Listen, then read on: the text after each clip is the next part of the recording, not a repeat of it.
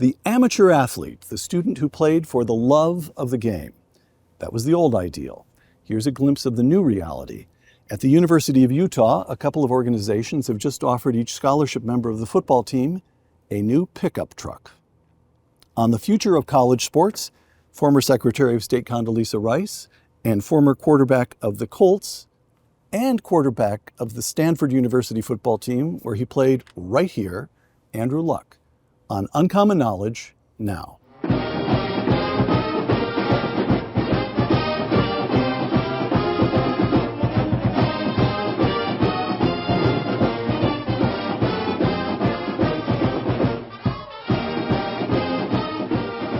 Welcome to Uncommon Knowledge. I'm Peter Robinson.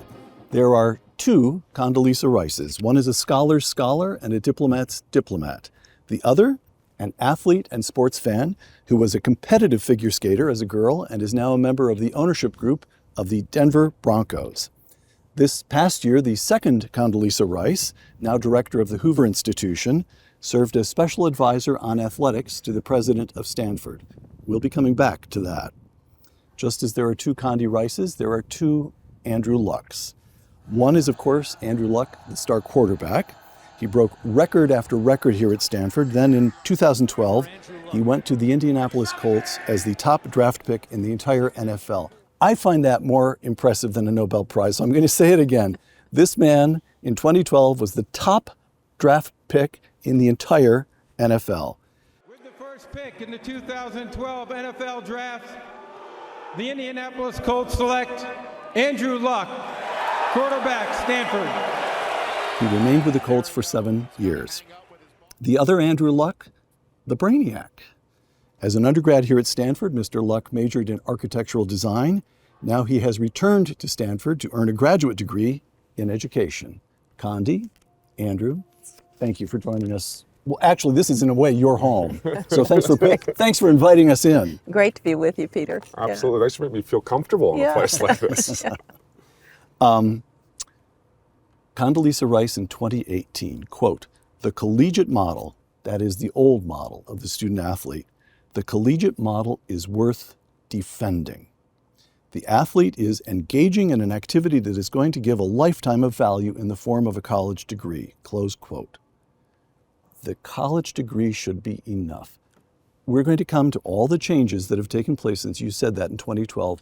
But for now, do you want to stand on that the old model is still in some basic way worth defending? Well, Peter, it depends on what you mean by the old model. I think the essence of the so-called old model, that the value proposition is that you get to play your sport at the highest levels. You get the very best training, the very best coaching, the best opportunity to showcase your talents. And by the way, if you do the right thing, you get a college degree.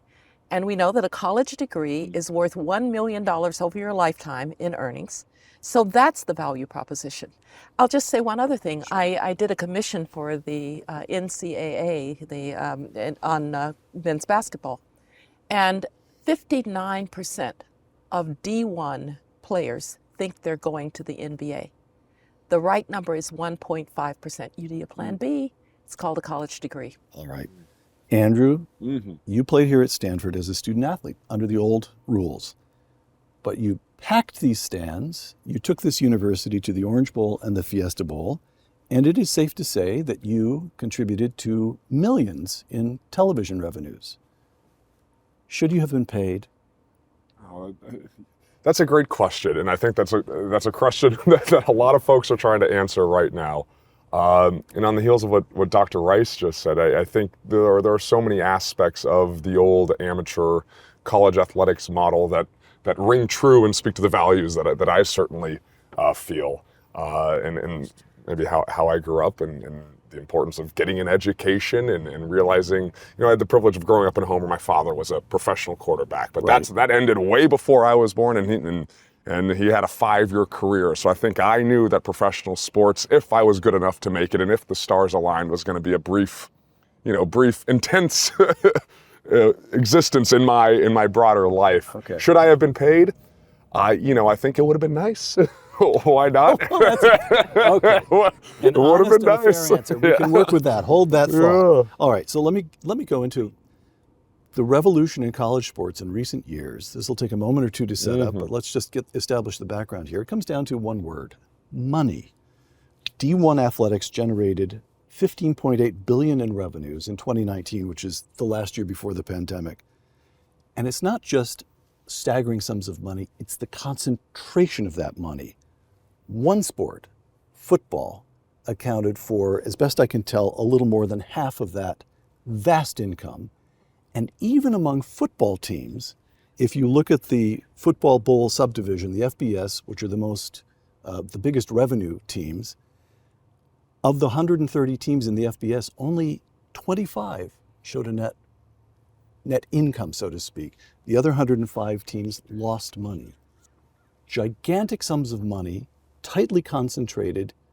Men's basketball brings in money too, but not nearly as much as football. Not nearly. What's that? I said not nearly as much. Not nearly as much. Not nearly as much. Okay. So we've got the money. Well, just a second though, Peter. Okay. I'm going to interrupt you. Why do you think only a very few football teams generate so-called profit? Why do you think that is?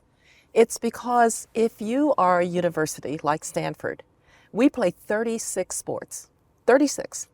That includes women's volleyball. It includes men's golf. It includes soccer for both men and women, et cetera, et cetera. 36 sports. Now, the only sport that actually makes money is football. So where do you think that football income is going to? It's going to cover 35 sports so that we can play a broad number of sports, so that we can play women's Title IX sports. And so when you say football is generating all of this money, if I simply say, all right, therefore those people like Andrew who played it extremely well should be compensated for that somehow, what am I going to do about all the other sports that we want to play, including, by the way, that Stanford plays a significant number of so-called Olympic sports? We would have been the 7th or 8th country in the world in terms of medals in several Olympics. Do you really want to sacrifice that because you can only generate money in I can tell you what I don't want to do. I don't want to cross you in this conversation. But so I do hear what she just said, though, is that from the ages of 18 to 22, when you're playing on this field, you were already a philanthropist. You were subsidizing 35 sports. Watch it, Andrew. Weren't you married to a gymnast? Including your wife's sport. You're married to a gymnast. Okay, so can we, let's take, so huge money. The NCAA has responded. There have been court decisions. There's a case that went all the way to the Supreme Court. The NCAA lost. And we've got two absolutely basic changes to the way, particularly football, is played. And one of these is the transfer portal. 2018, the NCAA institutes the transfer portal, which makes it much easier for an athlete to transfer from one team to another. And by 2021, there were over 10,000 sports transfers. Last year, the USC football team, long may they be cursed. It's okay with me. Okay. Last year. You never lost to them, did you? No. All right. That's great. There we go. He considers the suggestion remarkable. Last year, the USC football team took 26 players through the portal. And this year, Coach Sanders over in Colorado took 49 players. Is this a good thing or a bad thing, Andrew? Yeah, I'll give it a Take crack. a shot at that. And you know, I think there is a lot of good in it, and I think you do. I do. I think protection for players is a good thing at the end of the day. I remember, you know, I was a union member in the NFL. I believe in player safety, health safety. I believe in the privilege of choice and getting in better situations. And so, you know, I think the opening up to a certain degree, flexibility and choice for players in sports, in college, can be a good thing. I think if rubber meets the road and educational attainment becomes a sacrifice, if exploitation in some way is part of the game, I think those are sort of the scary things we need to think about, and maybe aren't doing a great job right now in this ecosystem of making sure that, you know, certainly the educational attainment piece is being honored. But I want to believe that there's a way in which the system can work that athletes and not just football, this is for a bunch of sports, can move when and transfer between schools without draconian punitive consequences, yet still hold on to some educational value. I think that the ideal that Andrew just articulated would be great, but I don't think that's the way the transfer portal is working. The way the transfer portal is working right now. Get angry with him now. The way it's working right now, of course, it's choice for players, but it's basically coaches are going out and recruiting entire squads. Yeah. Right? I was watching football on Saturday, surprise, surprise, and there was a team that shall remain nameless that was in the top 5. 67% of their starters are transfers. Now, what does that say for all the kids who went to this university, expected to be able to play, did their best, but they weren't quite good enough, and so they were told, leave, go someplace else. That's how the transfer portal is working.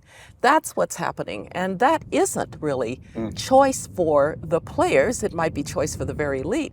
But that kid who was a walk-on and got dumped by the coach because he wasn't quite good enough. And you mentioned I'm an NFL owner. Somebody said, well, it's like the NFL. No, I'm sorry. The NFL has rules. During free agency, there's a period in which you can be a free agent. We have unrestricted free agents, restricted free agents. Teams understand the rules. There are essentially no rules right now in the transfer portal. So I just want to mention one other thing about the transfer portal. You mentioned the educational attainment piece. If I told you that Joe Smith doesn't play a sport at all, but Joe Smith has gone to 3 different colleges in 3 years, I'd say there's a problem. Would you expect that Joe Smith is actually getting an education doing that? That's true for a particular men's basketball team that ended up in the Final Four last year. So if the transfer portal were truly just a matter about a player getting to make a choice because things didn't quite work out here, that would be one thing. But that's not what the transfer portal is right now. All my questions are going to be the questions of somebody who sits up there, not somebody who played down here. We both sit up there, by the way. So one question I have is, I don't want to attack, actually my impulse is to attack Colorado, but we beat them, so Stanford beat them a couple of weeks ago, so I don't need to pile on. But if you've got essentially half your squad and most of your starters weren't part of the school last year and might get poached away, what does that do to the fan? What does it do to the sense that these young men on the field in some way are part of the institution? They're representing the institution because they're genuine students there. Question 1 of 2. Question 2 of 2, if you're on the coaching staff and you're bringing along a freshman, if this kid is really good, he's going to get noticed by somebody else. I mean, I just don't understand how you coach the way the game, how any sense of connection, real connection and commitment between the institution and the players on the field can be sustained if it becomes this, frankly, purely mercenary. Kid goes where he wants to go for his career. How do you answer that? Yeah, I think I was curious about this question as well. I know part of what, in the sort of nostalgic being back on Stanford's campus and thinking about those connections, at least I felt, and going to class and living in dormitories, right. and I think it in many ways added up to a real sense of community that I'm forever grateful for and get to live in a sense again. So I was curious, so I went and traveled with the Stanford team to Colorado, to Boulder this year to watch the game, and as a fan of Stanford and closely tied to it, was thrilled obviously that we won and in that dramatic fashion. Oh my God! What a highlight! And I'll say this about, to throw a wrench into a little bit, the stands were packed. Buffalo fans were happy. They enjoyed their team, and they weren't happy at the end of the game, obviously, but it was an atmosphere that hasn't existed in Boulder for a long time. And I think there's a lot, this is where I'm struggling to find clear answers, perhaps, on what is good, what is bad in college football. So Coach football. Sanders brought those kids in through the transfer portal, but he electrified the whole institution. Yeah, and so I think to discredit any good things that happen would be too simplistic of a view. Let me tell you, Deion Sanders was one of my favorite players of all time. All right, closing speed as a defensive back, unbelievable. He is not playing against the rules because there are no rules, and so I'm not going to slam Deion Sanders for taking advantage of the circumstances. Right. And it's true, you know, I grew up in Denver, and so I have a lot of friends who were Colorado students, Colorado fans. It's been a long time since they had that kind of energy. But it's going to be very interesting. They've now lost several games in a row. If it doesn't quite pan out, and now there are another new 50 that come in because maybe I can get better players, or now people start poaching my players. I don't think this is sustainable. That's what I'm really saying. I don't, even if you want to make arguments that there are some aspects of it that we might wish to say have some benefit to the players, I don't think it's sustainable. And I do think it causes an athlete to do something that I would have quit skating a long time after, shortly after I started, had it been about winning every competition, because I didn't win any. I wasn't very good. But I kept waking up every morning and practicing and working and trying to get better. And when I did have a little success, it was wonderful. And I wonder about all those kids who are now just being shoved aside because they weren't quite good enough. But given a chance, they might have gotten better. Right. Isn't that supposed to be a part of the college experience as well? Yeah, I'd like to add, I wonder what it's like, and I'm just going back into freshman Andrew, who's a quarterback who, for the first time in his life, is not starting on a team and is not the best player on the team and deserves to be on the bench because he's not very good. And I know that there are 30 to 40, 50 young men, boys, and college teams that are sitting on the bench that aren't ready to play. And can you trust that if you work hard enough over the next couple of years, you'll get a chance, or will someone else come in and take your spot? And that part, I think, also we're still young in this era, if you will. And I hope people will take that, because Andrew's also coaching at Palo Alto. In a kid that you see at Pali who's maybe not that great, but he's going to get a chance to go to college and he's going to get a chance to play football. You know, you hope that he gets a chance to get better, because a lot happens to a kid between 18 and 20. Absolutely. The other of these two absolutely basic changes, you know, the initials, NIL, name, image, and likeness. So again, let me take a moment to set this up. The Supreme Court rules against the NCAA, arguing that it couldn't prevent schools from offering athletes certain education-related benefits. The NCAA responds by adopting new rules. I'm quoting from the NCAA website. College athletes now have the opportunity to benefit from their name, image, and likeness. That rule is adopted in 2021, less than 2 years ago. By this year, this is how fast this has moved. Boosters at the University of Utah, as I mentioned at the top of the show, were giving a new pickup truck to each scholarship member of the football team. And a lot of players are openly promoting products. Here is an example. Colorado quarterback Shedeur Sanders, quote, this is a tweet. I'm quoting word for word from the tweet. It's tailgate season, and I partnered with @PLB Sports to create my own legendary brand of barbecue sauce. Close quote. So, Andrew, justice for players at last? Or the death of any... The death of any sense of love of game and dignity. Are there only two Those are sides? your two choices. Two choices. Those are your two choices. She gets the subtlety. Right. I get to do the subtle Rats. Rats. I think, when I've said this before, and I think about it. In full disclosure, I am part of a collective here at Stanford and have done NIL deals with current student. My wife and I have done NIL deals with current student athletes, and we think it's great. And I think it's, you know, and where else do you stop someone from using the opportunity to capitalize in the market on their name, image, and likeness? So I think that... Why are you not? Because on this one I agree. You do? Yes, on name, image, and likeness, I don't like the way it's being used. I don't think every student athlete ought to be given this. Yeah. But I will tell you that before this ruling, the only students who couldn't generate income on their name, image, and likeness were athletes. So if you were a musician and you made a highly successful video and it went viral, you could absolutely benefit from that and monetize that. Right. If you were a college music major or a college artist, you could benefit. So I have no problem with a student athlete being able to benefit on their name, image, and likeness. And in fact, I think the idea that Shedeur Sanders wants to sell barbecue sauce just fine with me. I don't even mind if somebody wants to promote a product. And I will tell you a very interesting thing. At Stanford, at least, the women athletes have done better than the men. So it is in part the profile of some of our women golfers, some of our women basketball players, that they've done better than a lot of our male athletes. So the fear that it was going to be a Title IX problem, maybe, maybe not. Now, the piece that I do always say to student athletes, though, is be careful what you use your name, image, and likeness for, because your name, image, and likeness is for a lifetime.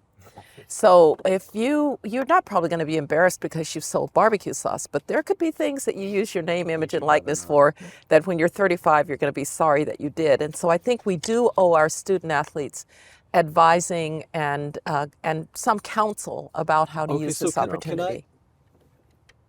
One more of a question. You're the one who raised this question of sustainability. And you, as you said, this is all very new. So I guess we're all groping toward protocols and rules and so forth.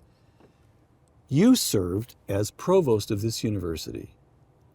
I cannot escape the thought that if there comes a day, and there may, when some new version of Andrew Luck has deals that enable him to earn 2 or 3 times as much as a full professor of classics or a full professor of history, that puts a torque on the whole ethos of this university that would be a problem. Have you looked at what some of our students have earned for the app that they developed? Okay. No, Peter, If you tell me not to worry, I will stop worrying. I am worried, and you know that I'm concerned. I think there are ways that name, image, and likeness, if the NCAA had gotten on top of it, and that same basketball commission in 2017, we said to the NCAA, get rules now. They decided to wait for the court decision, and then they lost control of it. So again, as a matter, NIL might be okay, name, image, and likeness. If Sanders wants to sell barbecue sauce, or if I saw the kid, Caleb Williams, he's doing some commercial for Nissan, all right, it's okay. But the way that it's evolving has to do now, okay, I'll give you a bigger NIL deal if you'll transfer to so-and-so university, all right? And the numbers are getting really crazy in that context. So we didn't get ahead of some of this. And then with the court decisions, we're running to catch up. But I will say, if universities can stay true to their values, right, and can say, I don't mind that you're doing, and for most kids, by the way, name, image, and likeness is, I'll show your bike on my Instagram, and can I get a free bike? Okay, that's what most of the NIL deals are like. So it's another one of those circumstances that probably you weren't going to stay at a place that the only people who could use name, image, and likeness were athletes in a university. That wasn't going to hold. But it's now the combination of these things, transfer portal and NIL and big deals. That's what's really eroding things. You don't see any danger that boosters would get together and say, okay, we're going to cut an NIL deal with the whole team. We want a team photo, and that means every man on this football team or every woman on the volleyball team gets, you name the amount of money that we need to offer to recruit the kids we want to recruit.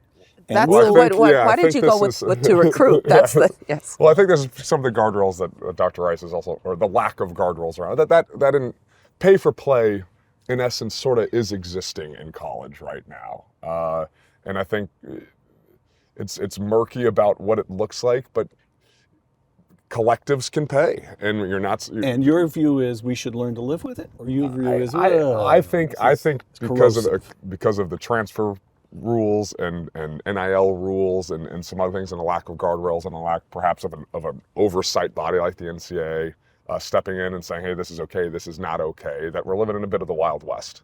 And then conference realignment has happened. That's right. That's the other big piece. So we'll get to that, which I think also has laid bare the power of television and television money, and football as its place in our consumer society.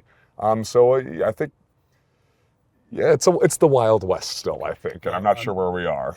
On this next segment, Yeah. I'm going to be speaking to Condi in her capacity as special advisor for athletics to the president of Stanford University, and I would like you to feel free to help me question her, because I want to know what just happened. June of last year, USC and UCLA announced that they're leaving the Pac-12 for the Big Ten, where they would reportedly increase their television revenues from 20-something to nearly $100 million each. They go for the big money. The Pac-12 is now the Pac-10. In early August of this past summer, I'm piecing this together from various press accounts, and I'm waiting for you to, if I get this wrong, you know the inside story better than I. Okay, so far you're We got a long way to go. Early August, the presidents of the remaining 10 institutions were to meet to sign a media deal with Apple. The Los Angeles Times, quote, 10 minutes before the meeting was to begin, Washington informed the league that it was leaving for the Big Ten. Once the Huskies left, the Ducks followed. The Arizona State, and Utah exodus to the Big 12 flowed naturally from there, close quote. In a single weekend, the venerable Pac-12, which had its origins all the way back in the 1950s, was reduced to just 4 teams. This is a diplomatic problem that requires a former Secretary of State to address. Condi Rice becomes special advisor to the president of this university for athletics, and by September, she has brokered a deal under which Stanford University, located as the seagull flies about 11 miles from the Pacific, Stanford University will now, beginning next year, will participate in the Atlantic Coast Conference. How did you do that? Well, I didn't do it alone. Let me just be very clear about that. Okay. But when the music stopped in August, after the Arizonas and Utah had gone to the Big 12 along with Colorado, that one weekend was the complete It just fell apart. It just fell apart. All right. And look, it's still intact. All right, the Pac-12 is still intact, and we This year. And I just want to be very clear: we technically have not left the Pac-12. Right. All right. Right. We will make that notification, but we didn't have a chair to sit on once the music stopped. And our athletes were the most vocal about wanting to be able to play sports at the level, at the elite level that they came here to play, at the level that they expected to play, that we actually owed them having them come here to be able to play at that level. And that really means a Power 5 conference. It means one of the 5 that Big 10, Big 12, ACC, SEC, or Pac-12. With the Pac-12 teetering, the ACC became our best choice. I don't think I'm revealing any secrets. The Big 10 was a bit in exhaustion from expansion. They'd just taken in 4 teams. And so that wasn't going to happen. We decided that the ACC was our best option and that we fit culturally in the ACC with a lot of private universities and public universities of our same academic peerage. So Duke and Wake Forest and Virginia and North Carolina and Notre Dame. And so it was a good decision, but I think it's going to be, we have a lot of adjustments to make. Now, one piece of good news is that SMU also came in with Cal and with Stanford, and we did lock arms with and stay with Cal. And the fact that SMU is in Dallas may give us opportunities to do some play between the two coasts in Dallas, which would be helpful. May I ask you, first of all, on behalf of all Stanford fans, thank you, because if it had remained the Pac-4, you've just got a situation which is just plain untenable. It just can't work. So you ended up with something workable. Did you end up with, in your own mind, the best that we could do for now? Or when this all finally came together at the very end of August and in September, did you say, this is a wonderful new opportunity. This can improve the level of play, give new opportunities to fans and athletes alike. Did you really think, actually, this has worked out more than fine? I did think it has worked out fine. I would have preferred the Pac-12 to stay intact. Right? It's actually a 108 or 103-year-old conference, so it's is kind it of really? well, Pac-4 from the Pac-4 right. So, Okay. so it would have been great, but given that that wasn't an option, the ACC option seems like a very good one to me. And in fact, when I think about Clemson coming in here or Florida State coming in here, we know what happens when Notre Dame comes in here. There's great excitement. Their fans And outnumber they're- ours they're- well, from there's time to that- time. that's But we can a work on different that. problem. Yes, We'll that's work on all that. right. Andrew's working on that. Yes. But the other piece of it is, again, for the other sports other than football, to be in a conference where they will play, our student athletes will play their peers, kids that they've met along the way in junior golf or on the circuit, that's really important. You're now a junior in high school, and you're thinking about Stanford, but you realize you're going to have to spend a lot of time on airplanes flying across the continent of North America to play games. Would you still have come to Stanford? Absolutely. You would have. Yeah, and you live this in the NFL a little more than I lived it in the Pac-12 while I was here. A charter flight with good food ain't the worst thing in the world. It's a treat. And this is football, which Volleyball, field travel hockey. less. And Well, this- they won't have charter flights. I'm curious. Yeah. Certainly as a Feel free, as a ask her mom, questions. and- Ask and- Andrew, and yes. have asked it, Yeah. and what I'm exhausted. challenges You we- take we her on. foresee, Right. and where some of the opportunities lie, because I am in lockstep with you. The ACC provides competition, I think, for a lot of sports Yeah. that is really, Yeah. really incredible and amazing. Yes, yes. And a lot of peer institutions that I think approach athletics and scholarship in the same way. And the challenges do exist. Yes, for, they do. for a lot of Olympic sports on the road, which we hang our hat on. That's right. No, those challenges exist not for every Olympic sport. A lot of the sports actually travel a lot already. So golf, tennis. One that had to travel, field hockey. We don't play field hockey on the West Coast, and so they were traveling east all the time anyway. We believe it's about 22 of the 36 sports. It won't matter a great deal at all Because they were already because they traveling were so already much. traveling a lot. Elite Swimming, athletes. gymnastics. The ones that really, to us, appear to be most affected, soccer, baseball, softball, maybe volleyball. And we're working really closely with the ACC that wants to see this work for their athletes and for ours. It's why some Dallas tournaments may be a smart way to do this. But it's you don't always get your opportunities in a nice, neat package. And You this don't always get what you ask for, as That's- that philosopher Mick Jagger once said. Yes, once said.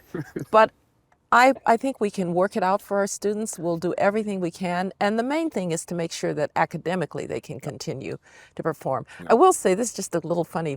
It actually takes longer to get to Pullman, Washington commercially than it does to get to Atlanta. So that's just a Okay. little point. All right. So I would like to go back to your earlier question when it comes to Stanford. I think part of what Stanford student athletes are looking for is the highest level of competition in whatever they're doing. And Dr. Rice alluded to that and sort of what student athletes talked about when the conference shakeup was going on. And I think as a high school athlete coming out, you're looking at what the elite level is, and I think it would have been a really, really tough pill to swallow had Stanford not been sitting at the elite level of athletic competition and football, basketball, and all down the line. So Okay. yeah. We're talking about sports in general, college sports in general, but we keep coming back to football. So it seems unlikely that I'll ever have the two of you at a table again. So may I just ask about that game? Let me give you two quotations. Here's NBC announcer Bob Costas. He's speaking in 2017 after a study that examined 111 NFL players found brain injuries in 110. This was a bad year for the NFL. Bob Costas, quote, "The existential question is the nature of football itself. If I had an athletically gifted 12 or 13-year-old son, I wouldn't let him play." Close quote. Here's the second quotation. Andrew Luck on August 24th, 2019, when you announced your retirement from the Colts. Quote, I'm quoting you, "For the last 4 years or so, I've been in this cycle of injury, pain, rehab. Injury, pain, rehab. It's been unceasing and unrelenting, both in season and off season. The only way I see out is to no longer play football." Close quote. At the current levels of weight and speed and violence. Is this great game sustainable? I hope so, and I think so. And I don't have the empirical data to share with you about injuries, or maybe we get some of your poli-sci fellows to get right, to yes. run the numbers. Run a regression. But I'm coaching high school football I right know. now, and you love this game. I do. I want to know why. I do, It and hurts. part of I do love this game, and it's been very good to me.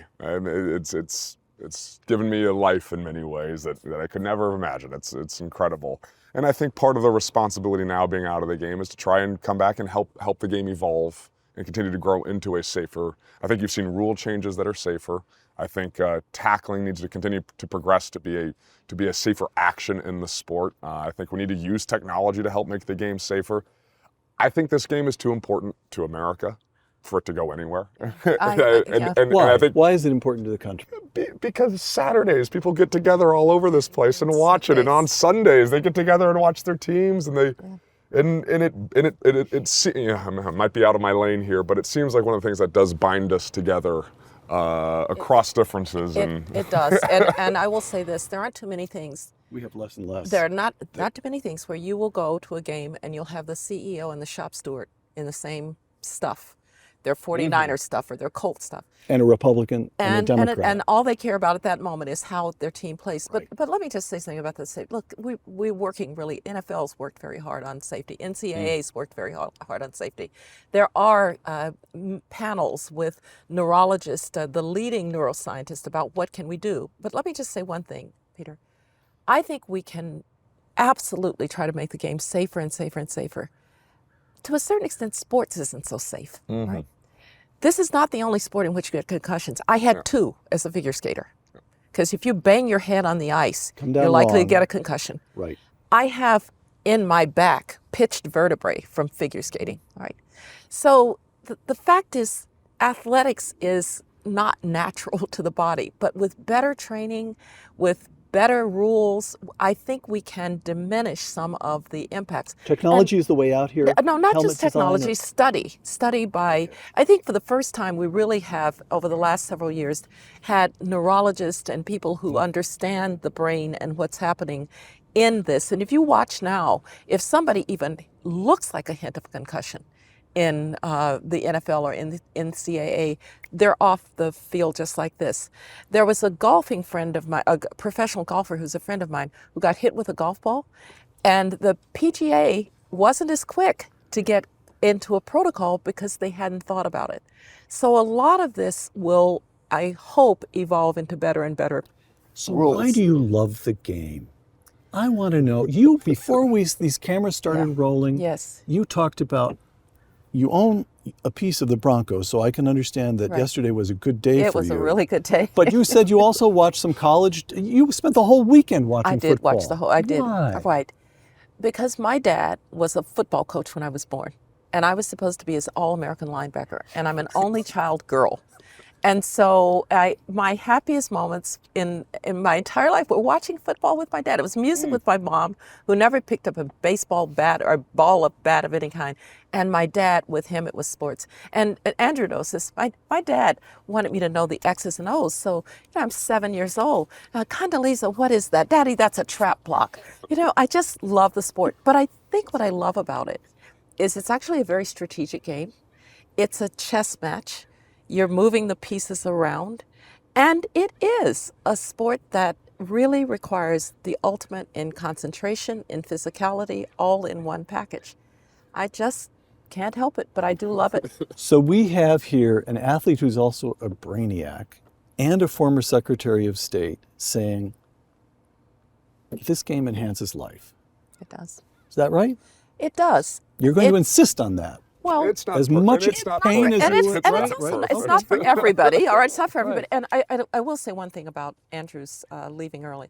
I think that was a good signal to people in football, that you don't have to play the 15, 17-year career in order to be fulfilled, and that if you've gotten what you need from the game and you've given as much as he did to the game, and it's now time to quit, that's okay too.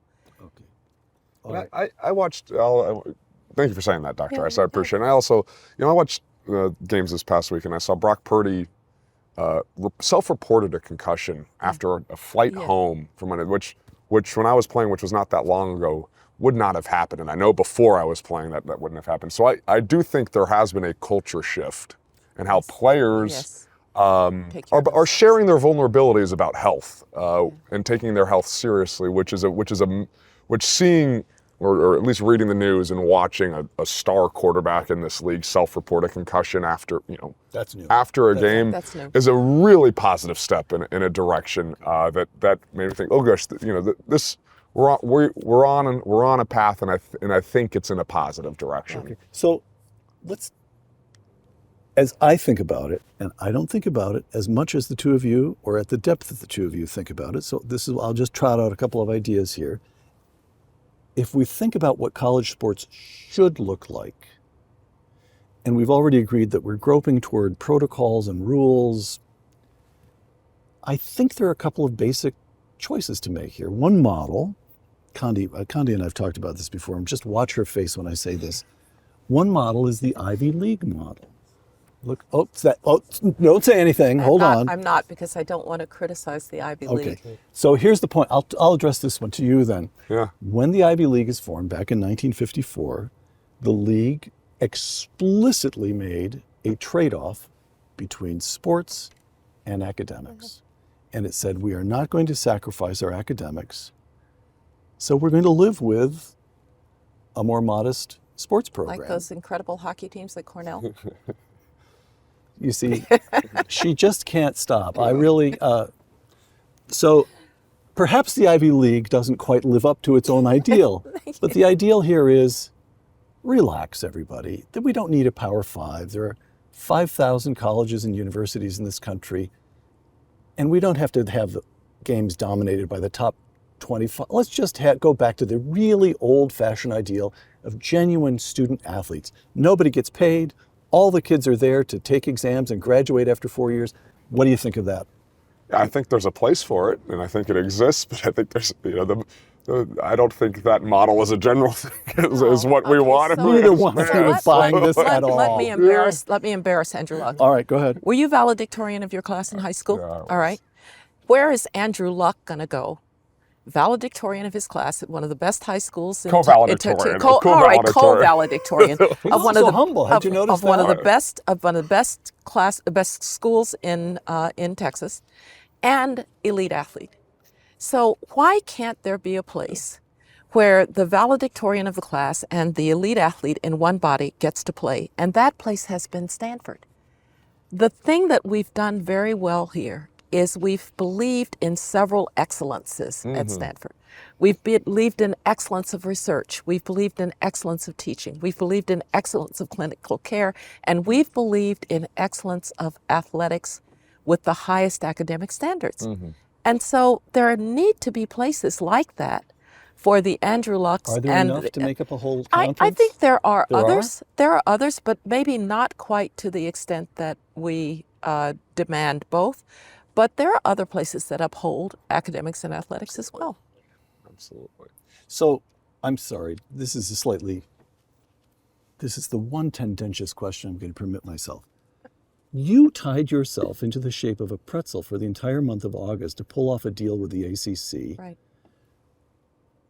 Because the Pac-12 fell apart over television deals. We sit on a football field at a university with an endowment of almost $40 billion. One of the three biggest endowments in the country, Harvard and Yale, Princeton, one of the four. All right. Why does money matter to Stanford? Well, as you know, Peter, there are a lot of things Look at that. Stanford's, That's really vicious. As you know better than to ask that question. That's what you There's a lot of stuff that Stanford's covering with that $40 billion endowment and the payout from it, which is, by the way, not $40 billion. But let's remember that what we're trying to do here at Stanford is to have the strongest, best athletic program within our academic context. And that means that we don't want football and college and athletics at Stanford to take away from what we are able to do on the research and teaching side. And so to the degree that football can get that contract and can help to fund the other sports, we want to do that. The university from time to time does have to step up to help, and it does. But I just want to make one point about the television contracts. You mentioned the possible deal with Apple, which was going to be a streaming deal. Right. The one thing none of us know is how long we're going to be in a world in which cable television contracts look like they do today. I don't know anybody under the age of 40, maybe even 50, who really has cable anymore. People stream. And so eventually there will be some changes in the way that sports are compensated by the outside media world out there. And we'll have to be agile to deal with that as well. All right. So 5 years from now, what changes? I'm now going to make you, I was going to say NCAA commissioner, or whatever the high hedron at the NCAA is called. I don't even know the name of the title. But let's just use a simpler term. You're now dictator of college sports. What do you want it to look like in 5 years? Oh, what do I want it to look like? That's a great question. I think this conference realignment was a big existential threat to a lot of schools, and it came to. And I think the next conversation is revenue sharing, especially of TV money, to football athletes and all athletes to a certain degree. So I'm curious how that conversation goes, because I think that's coming down the pipe. And the NFL equalizes to some extent revenues among teams, doesn't it? That's NFL is, yes, very much so. As opposed to baseball, for example. They have football. NFL has several things: a salary cap, right, which equalizes, shared revenue, which equalizes, and a draft, which equalizes. Okay. And so would you like to see that operating within, first of all, would you like to see a regional realignment, or are you perfectly happy having Stanford be part of what is called still the Atlantic Coast Conference? I'm all right with where we are now. I'm kind of excited about where we are right now. But eventually some of this may sort out. One of the big questions is, what will football do? Football is already separate in some ways from the rest of college sports. The college football playoffs are not actually an NCAA championship. They are a college football playoff championships. And so there may be some separations there. But if I can take the question that you didn't ask me, you asked Andrew. I think there are some positive developments. I do think if we could get name, image, and likeness back into a box where it's not about paying you to transfer to this school or that school, but rather you get to advertise something. And for most kids, it is going to be, if I put this on my Instagram, will you give me a bike? I think that's okay if we can get some rules around it. But the piece that I really want to emphasize again is we have to get back to, you went to do this because you wanted to get a college degree. That might change the dynamics of a transfer portal, for instance, because if you're just an ordinary student, you're hopping from university, you're not going to actually finish because you won't transfer credits and so forth. So if we could get back to something that values the college degree for the athlete, that would be my greatest wish for college sports. On football, so if you're a really talented baseball player, you don't have to go to college. You can enter the farm team system. That's correct. The NFL has benefited enormously, as far as I can tell, from using college athletics as a farm team. Well, there are 2 points I'd make about that. One is in baseball, if you do go to college, you stay for 3 years. Right. But that was a deal that was made a long, long time ago. In the NFL, the problem is you don't want an 18-year-old boy to play TJ Watt.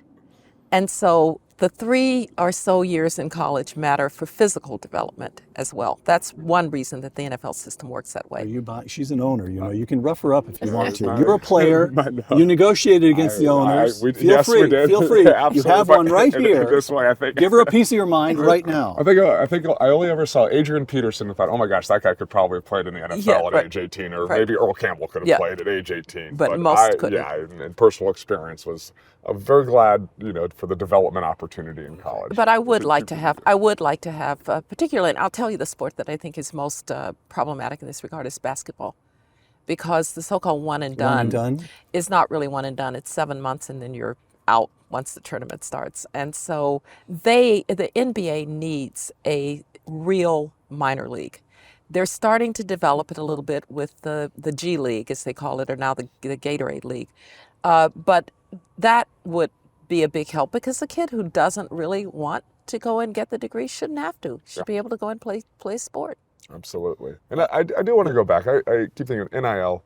It's almost indefensible that we didn't, in my opinion, that we didn't let kids profit off of their name, image, and likeness for a long, long time. And I think revenue sharing is a separate conversation that does need to happen. You are sharpening up your first answer. When I said, should you have been paid, you said, well, now you're saying, yeah, doggone it. Well, I think there's a couple different aspects to All being right. paid. And I think NIL, I'm happy that Pandora's box is open, if you will. You are. Yeah, I think it's great. I think out of Pandora's box came a lot of things, right? In the old myth, and I'm riffing this up. This is my dad's metaphor, so I'm stealing it from him. But including hope was the last thing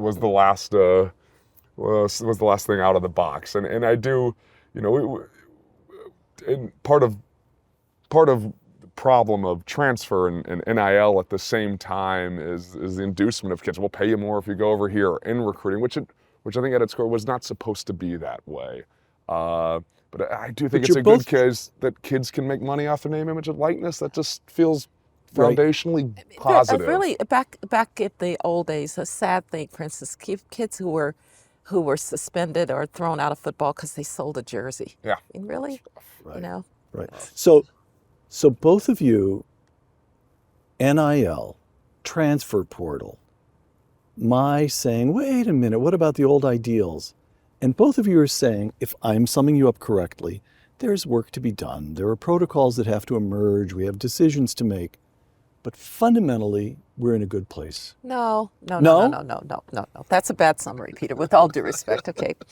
I'm trying to move toward a memorandum of understanding before we leave this negotiation, here's the memorandum of Madam understanding. Secretary. Something did need to change. And the piece that probably needed to change was that athletes needed to be able to benefit from their name, image, and likeness, from the fact that they were becoming famous people, Right. as any influencer might have been in our world today who wasn't an athlete, a college student who was an influencer and was making money. That I don't have a problem with that.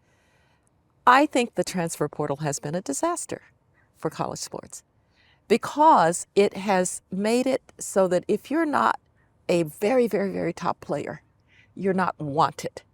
And you don't get that chance to develop from 18 to 20 to figure out, no, I'm actually really a good player and I worked really hard for it and I made it onto the team.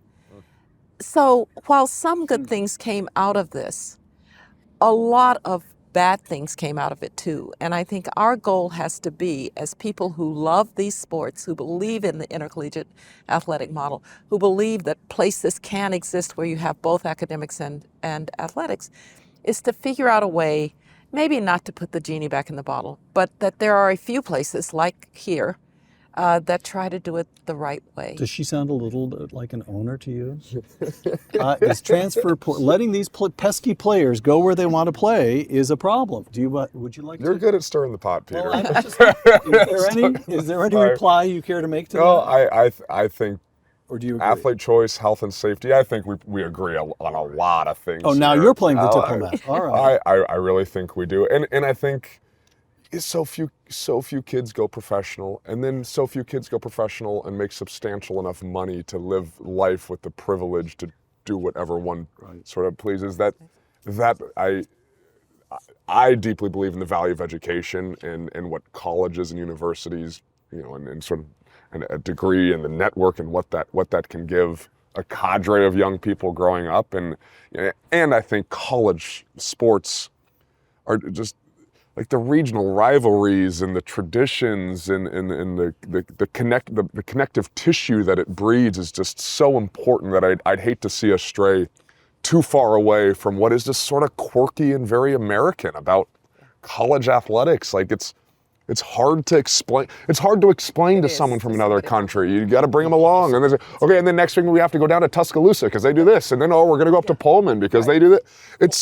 I will tell you one funny story about that. Maybe Peter, you can. So I brought Jack Straw, who at the time was the Foreign Secretary of Great Britain. He's a huge fan, a huge, as he would say, football fan. So I brought him to an Alabama-Tennessee game. great.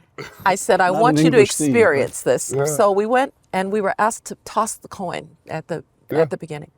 And so we walk out of the tunnel and people are going absolutely wild, 92,000. And Jack, who's a politician, is going like this. I said, Jack, they would cheer a squirrel if it came out of the tunnel at this point. Let's just go toss the coin and get it over. But to your point, it's really an American thing. That's great. Last questions here. I'm going to ask for 3 pieces of advice. One, I'd like to ask you both for your advice, and then one for Condi and one for Andrew. And here's the first advice to a college football fan, like me. That's advice to somebody who loved the game as it used to be played, who thought there was something, maybe this is romantic, but thought there was something pure about a real amateur, a true student athlete who played because of the love of the game and who really was part of the institution for which he or she played. What's your advice to that fan? Get over it? What's your advice to the fan, to the dinosaur fan like me? Not so strong as get over it, but I'm bullish on where things are going. I think some things aren't great right now, but I think it's positive, and I generally think steps that empower student athletes, are good things. And I think there's really good football being played. Be a fan of good football. That's a good deal. Yeah. And your advice? I would say write to your college alumni association and ask them to keep thinking about the academic piece of it, that student athlete really needs to get a degree. And oh, by the way, I still think these kids love the game. Yeah. You watch them on Saturday, they still love the game. Condi, this one's for you. We've been talking again and again and again about this few dozen schools, maybe 130, let's say maybe 200 at the very top of the college sports structure. But again, there are almost 5,000 colleges and universities in this country. So let's imagine a small college or university somewhere in the middle of the country, but it doesn't have to be the middle of the country, somewhere that really wants to get into the big game, that wants to raise the money and build the facilities and attract the coaches and recruit the athletes, and it knows it's a decade-long project, but it really wants to break in to that top tier. You're a former provost. You're now an owner of a football. What advice would you give to that president and provost of that small college that wants to do this? Don't do it? No, I would say be sure you know what you're getting into. And by the way, by the time you get there, the rules of the game may have changed dramatically. So if you must, just make sure that you're not doing it at the expense of your academic excellence. Okay, last question for Andrew. You're coaching across the El Camino at Palo Alto High School. You've got a kid who comes up to you afterwards, and after a practice.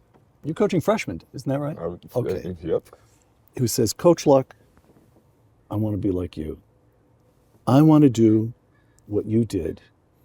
So tell me exactly what it's going to take to get into a big-time college football program. I'll do it. I don't care how much sacrifice it involves. I'll do it. What do you say to that kid? Well, I'd say dream bigger. Do it better than me is the first thing I'd say. And then we'd have a serious discussion about how the stars have to align for certain things to happen. That there's more than one road to success, or there can be more than one dream. But if the talent was there to play big time football, I would hope that I could support this kid along their journey. And then I saw a really cute video on the internet that a friend sent to me of a college football player talking to a kid after game. The kid came up and asked for a scholarship and said, or an autograph, and said, "I want to be like you." Right, and this was an offensive lineman, a big kid, and this must have been a fourth grader or boy. And the first thing this 20-year-old college football player said, well, how are your grades? Mm-hmm. And the kid said, well, they're not very good. He's like, well, I got into here because I also have to do well at school. I get to play because I did well at school. I got a scholarship to go to the school, and I play for this school. And a year later, the kid gets all A's on his report card or something, and the mom shared a video about it. And I think that's part of what's really special. So few of us go pro, but playing in college, I think, opens up a number of doors. And so I'd say focus on your grades. That is as important as an arena as the football field. And I think you'll learn. The more curious you are, the better you learn how to learn, the better you are in school. That helps you being a better football player, and vice versa. The more you learn about how to be on a team and accountable to each other and strategy, they reinforce each other, I think, in positive ways when done right. Condoleezza Rice, former Secretary of State, Director of the Hoover Institution, and owner of the Denver Broncos. Andrew Luck, former star on this football field, former quarterback for the Colts, and now freshman football coach at Palo Alto High School. Thank you both. Thank Pleasure. you. Thank you. For the Hoover Institution, I'm Peter Robinson.